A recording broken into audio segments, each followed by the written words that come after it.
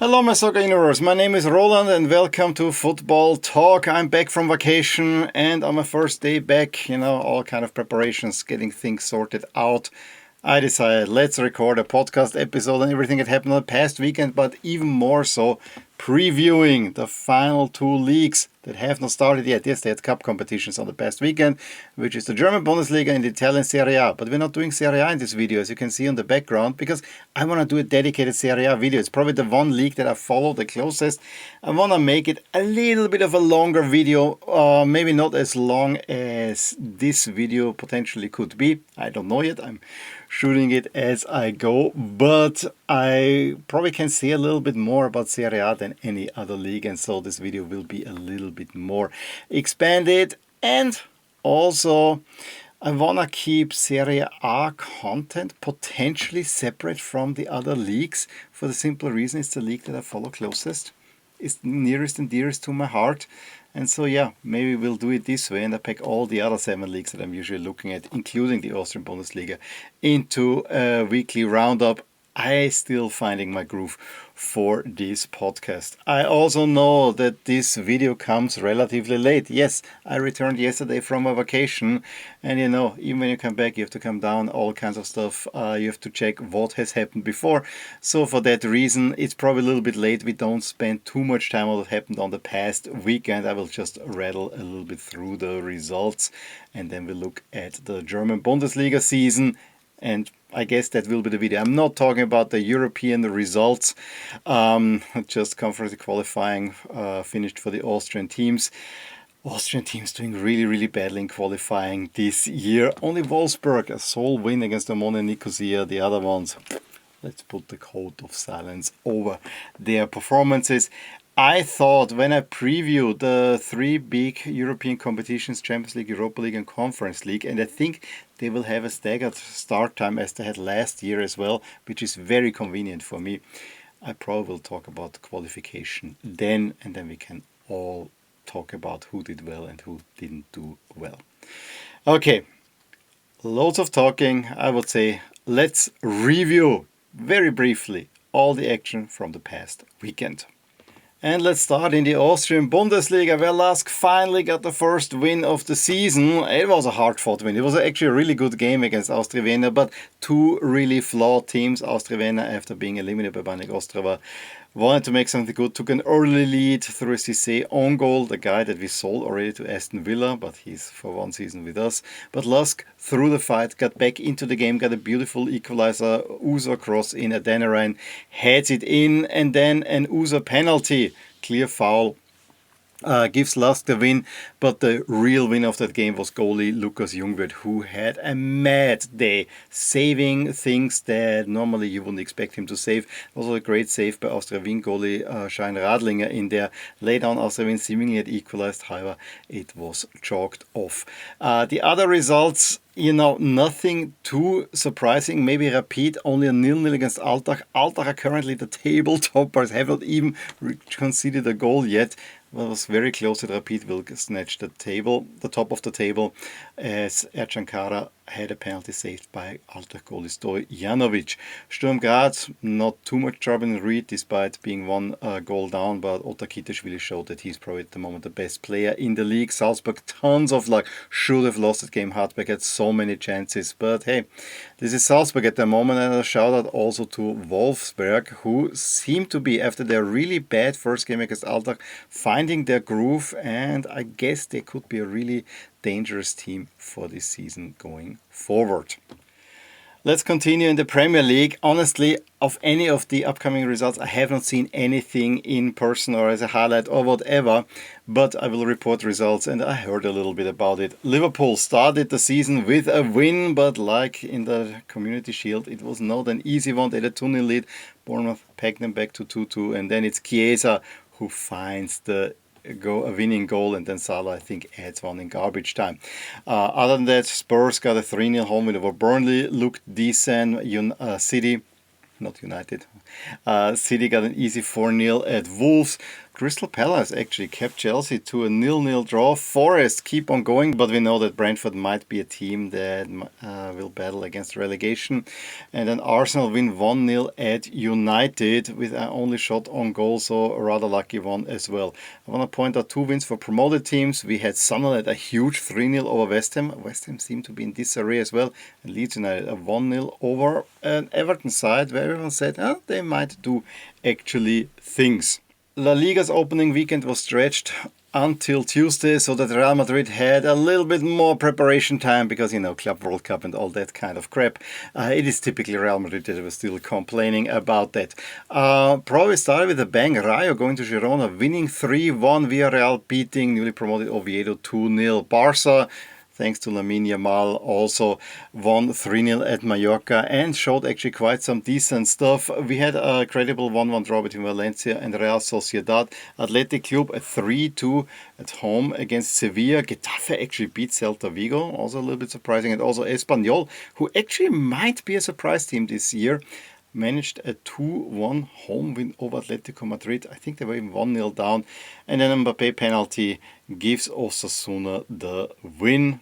And so they're also starting with 3 points.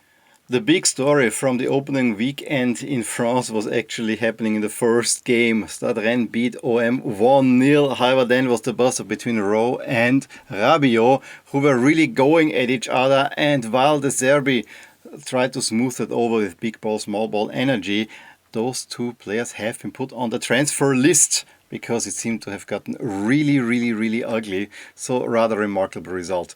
Monaco, the only potential challenger, at least when you believe preseason expectations, got a 3-1 win against Le Havre. Sorry, I'm a little bit getting ahead of myself.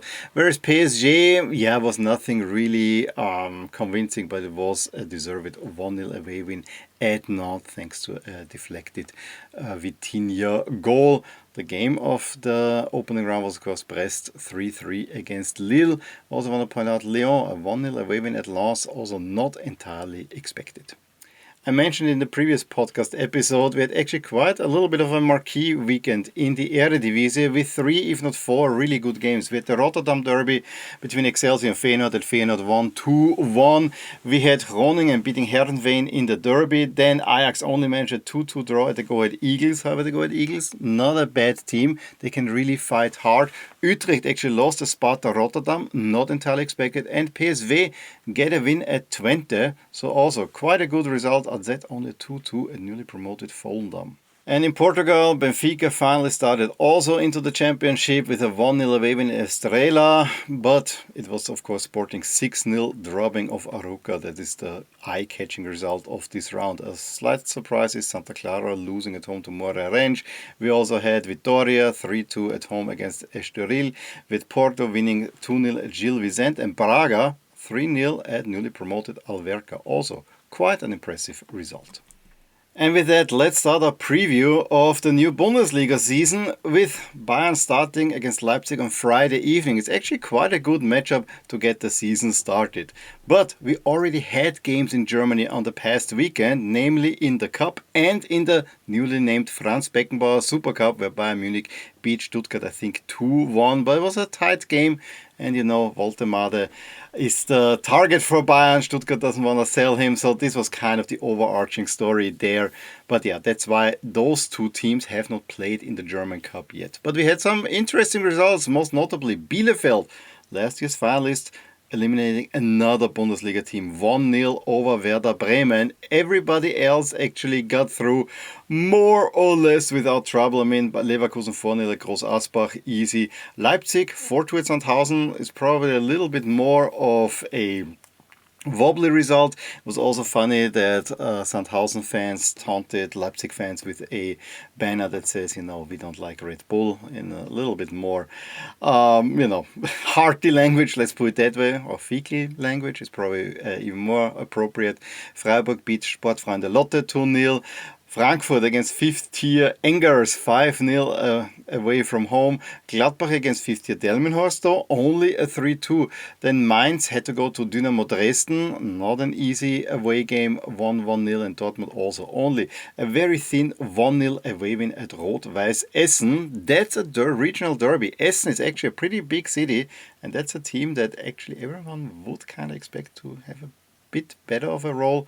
However, it is Schalke and Dortmund, that region, and there's also Bochum in there. So there are many, many teams in the Ruhr area. So this is already what has happened. Let's go a little bit further back and let's recap the past season. Bayern, after a year pause, got another championship. The first title for Harry Kane, winning, of course, the championship. And it was pretty clear from the get-go that Leverkusen will have a hard time keeping up. I think that Frankfurt should be really lauded for their great performance, however, that also led to many players leaving. So I'm not sure if they will be able to keep it up. I was really annoyed that Dortmund just snuck in on the last match day ahead of Freiburg. Honestly, Dortmund really didn't deserve, but like a couple of years ago where they also were in danger of missing out on Champions League, they kind of put a run together late, and so Freiburg, instead of Champions League, is playing Europa League, which is probably more suitable for them. They are joined by the regional rivals Stuttgart, who actually won the Pokal.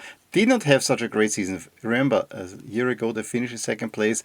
This year with Champions League, that was a little bit of a distraction, but they won the cup, so silverware for Stuttgart, and they are also in the Europa League. And then Mainz pipped Leipzig to a Conference League spot. So Leipzig missing out on Europe was one of the big stories. Bremen was never really threatening for Europe, but you could always kind of hope that it would be in there. We saw with Holstein Kiel, one of the smallest team, getting relegated. Bochum, who had been escaping, also bit the dust for once, but St. Pauli survived. And Heidenheim, one of the best stories of last season, also just about survived, and they were replaced with two giants of the German game.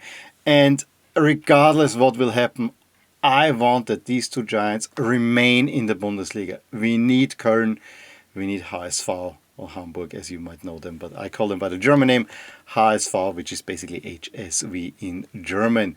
These are two giants of the Bundesliga that desperately need to be in there, because as nice stories that we have with, for instance, Heidenheim, potentially St. Pauli, there are plenty of others where you really feel, yeah, maybe it is better if there are some big name teams in there, although that also then comes with more crowd trouble. But yeah, I would wish that these two teams remain in the Bundesliga. Will they though? And let's look at the expectations. Let's go to the bottom. Actually, they might as well. According to my model, and again, I'm using the ELO rating and I'm using the pre-season odds and averaging them out. I think due to the big names, HSV and Köln are getting a little bit of a push, but they're scheduled to survive. HSV outright and Köln potentially via the relegation playoff, which the Bundesliga teams have been winning as of late, most of the time even comfortably. So St. Pauli and Heidenheim to go down, let's see that. Two teams that I also don't necessarily would like to go down, but we gotta see. On top, yeah, it's supposed to be a solo for Bayern Munich. I don't know if Erik ten Hag will really boost Leverkusen so much. They have lost plenty of good players to Liverpool and other places. So, and Alonso is now at Real Madrid.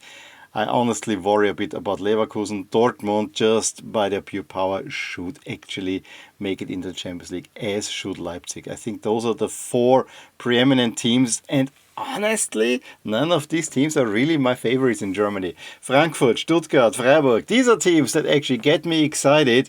They finish in 5, 6, and 7. And, depending on the winner of the cup, last season it was the 9th place teams. 7th place might actually also make it into Europe. So we gotta see. I have to say, you see already in the shading to the right that maybe up until Frankfurt, there's a 3-tier. Bayern by themselves, then Leverkusen, Dortmund, then Leipzig and Frankfurt. And from then on, it's really, really, really dense together.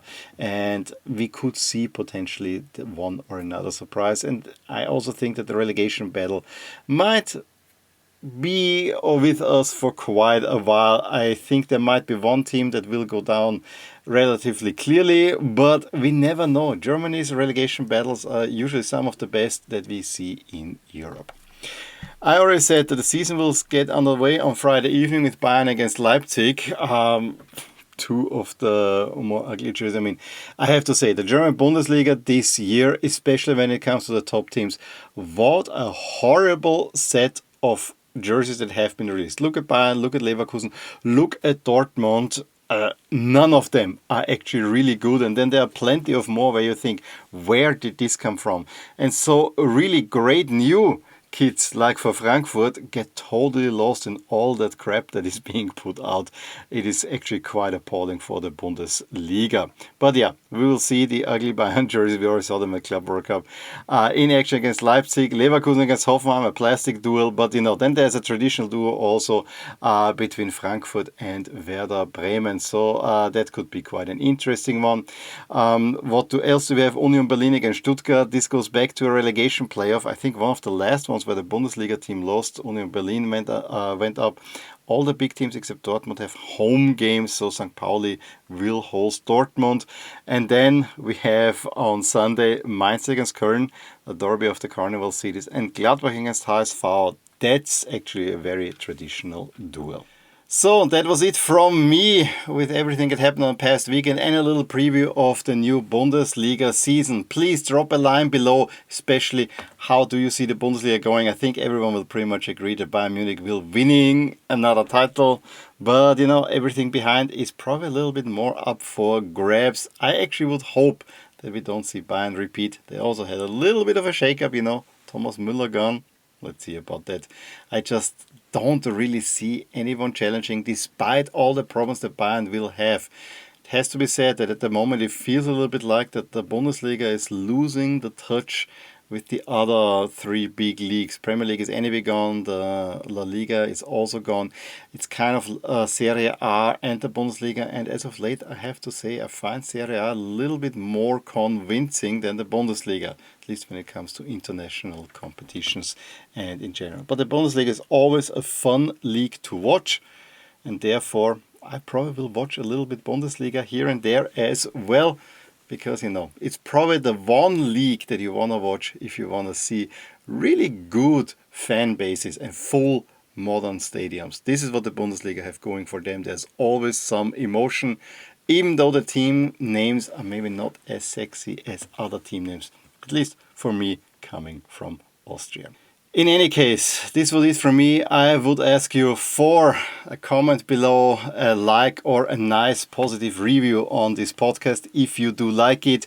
This always helps the channel. I would also be happy if you could leave me a subscription, whether on your podcast app or on YouTube. This would absolutely be great if you could do so. But however that might be, I welcome you to the next episode. Tomorrow, Serie A, but then also next week we will talk about the weekend's action. And I hope you will be enjoying the beautiful game. Up until then, bye.